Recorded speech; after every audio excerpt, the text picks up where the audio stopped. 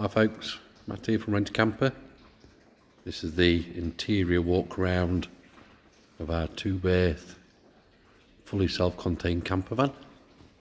Show you how everything works. First of all, we've got electric step.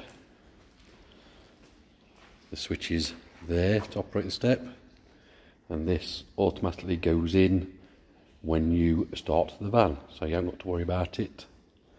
It will just flare in when you start the camper van. 2 front seats, they swivel round. See the red lever? When they're all the way around, you just pull the lever. You might have to move the seats forward and backwards to get them all the way round. Come round just like that. 4 seat belts in this, so you can take passengers if required. But the van is only 2-berth, so it'll sleep 2.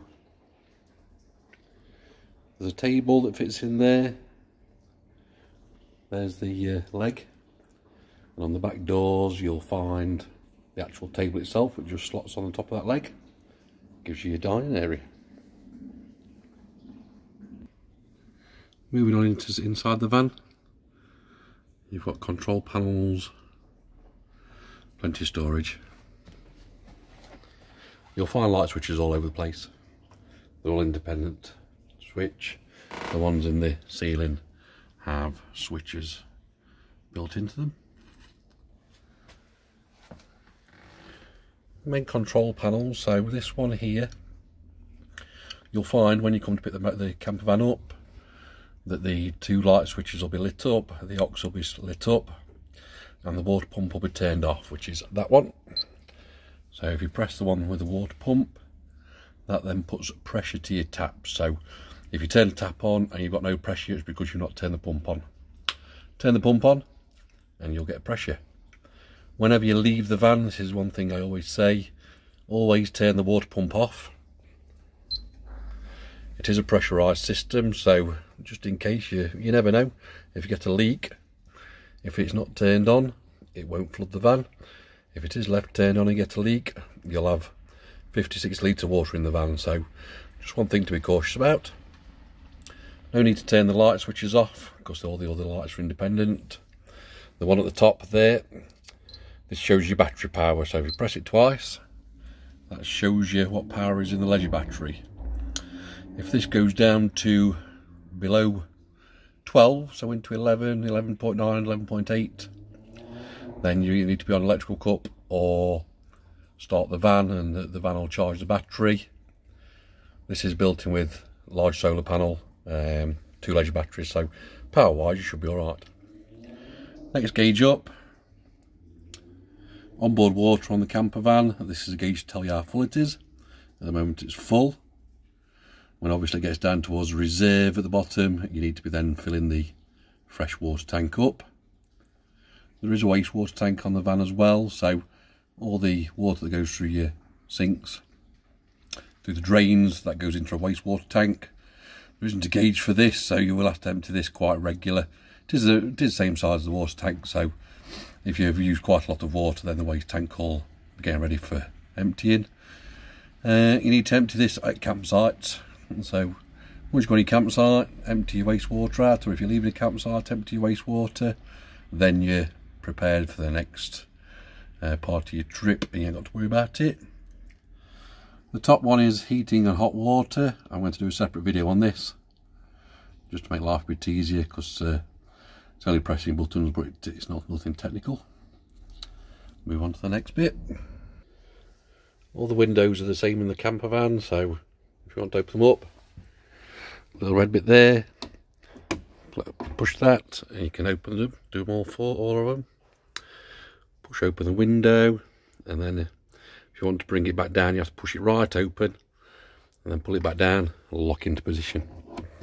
Do not drive with any of the rear windows open or any of them in the roof. Always make sure they're shut before you drive off, along with the roof vents. Cupboards next to the control panels. You'll find a set of fuses, and there's also a solar panel controller. You don't need to touch that at all, that does its own job. That charges the leisure batteries up on its own and feeds the power in, so you don't need to touch that. If a fuse does go, it's all labelled. There'll be a set of spare fuses in the van, so you'll be able to replace them if needed. Your fridge, which is down here, lever that just lifts up, opens up. It's the fridge is quite a large size with a separate freezer compartment. You'll find the fridge is on when you collect the camper. The blue lights are just showing that it's doing its cycle. The blue light to the top on the right, that's your temperature. So you may need to adjust that. If it's not cold enough, you can press the bottom button, that one, and make the fridge colder. Or if it's too cold, just keep scrolling through till it's on number 1 or number 2 setted. One thing in the summer, don't turn the fridge too high.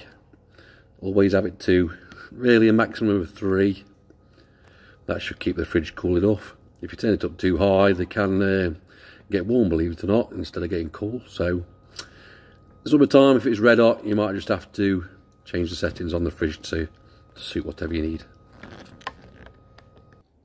A little extension to the work surface. So this just pulls up underneath a couple of brackets. And you just need to push those brackets back in to push it back down. Clips into position. You've got your sink, draining board, tap with your hot and cold water. So I say if you've got no pressure when you turn the tap on, it's probably because you've not turned the pump on the control panel. So just remember that. We've got a cutlery drawer and storage below. Little gauge here. This is for your refillable gas system, which this camper van has. So the green light should be lit up. It's currently showing just over half. When you pick the camper van up, it should be over half at least when you come and collect this. And when you bring the camper van back, if it has gone below half, please go and fill this up. This can be done at petrol stations or several different outlets. There's a couple of apps you can get, which is LPG apps, and they can direct you where to fill it up. When I do the exterior video, I'll show you where the filling point is. Not expensive to fill it all, it probably costs £15 if it's totally empty. And you'll probably find throughout the summertime you'll hardly lose any gas. So you may not need to worry about this, but I do just ask if it's gone below half to please fill it up, and I'll refund you for that. Moving through the kitchen area, there's light switches there, one for the outside light, one for some lights above the sink. I think they're 240 volt plug sockets, 3 burner hob. I'm sure you've all used a cooker, so I don't need to tell you how to use a cooker, an oven or a grill. So all that's there. And obviously both lids come down to create your more work surface space. There we go. Moving on to the bathroom shower room. So you've got a cassette toilet, which I'll show you how to empty when I do the outside of the van. The blue button is the flush. The water comes from the main water tank, so there's nothing separate to fill up. Gauge there, which is currently showing green. Once that shows red, you need to be emptying the toilet. Only place to empty the toilet is a campsite. Please don't empty it anywhere else. I can't tell you how long this will last. It obviously depends how much you use it. So please, only campsites to empty your toilet. There's a shower as well. So when I show the hot water and heating system, I'll just explain about the hot water for the shower and the sinks and that. Cupboard, and then you've got an opening roof vent, which has also got a fan in, which can blow either in or out. If it's hot, you can blow it inside the van, or if you want to get rid of any fumes, it can go out the van. Moving on to the rear, in the cupboard storage at the top, plenty of storage again. This is your Wi-Fi, Alexa, which both all, you know, Alexa's come on now, look. So your Wi-Fi is free in this van. I don't know that one. Sorry. Wi-Fi is free in this van. This is because it's also connected to the TV, where we've got Amazon Fire Stick, if you want to use that, which you can obviously get YouTube and Netflix, but you will have to tune into your own account, Amazon account, and then you can also set up the other things that come with it. TV is 12 volt or 240 volts, so you can use it if you're off grid camping. It's also got a normal aerial, so you can watch normal TV. 240 volt point around the back, 12 volt point, and your TV aerial's plugged in there. So yes, the Wi-Fi is connected to this, but I say you will have to have your own Amazon account to use the Amazon Fire Stick if you need to. Storage again, and the middle is a wardrobe with a cupboard at the bottom. Moving on to the last bit, the rear seating area, which turns into your bed.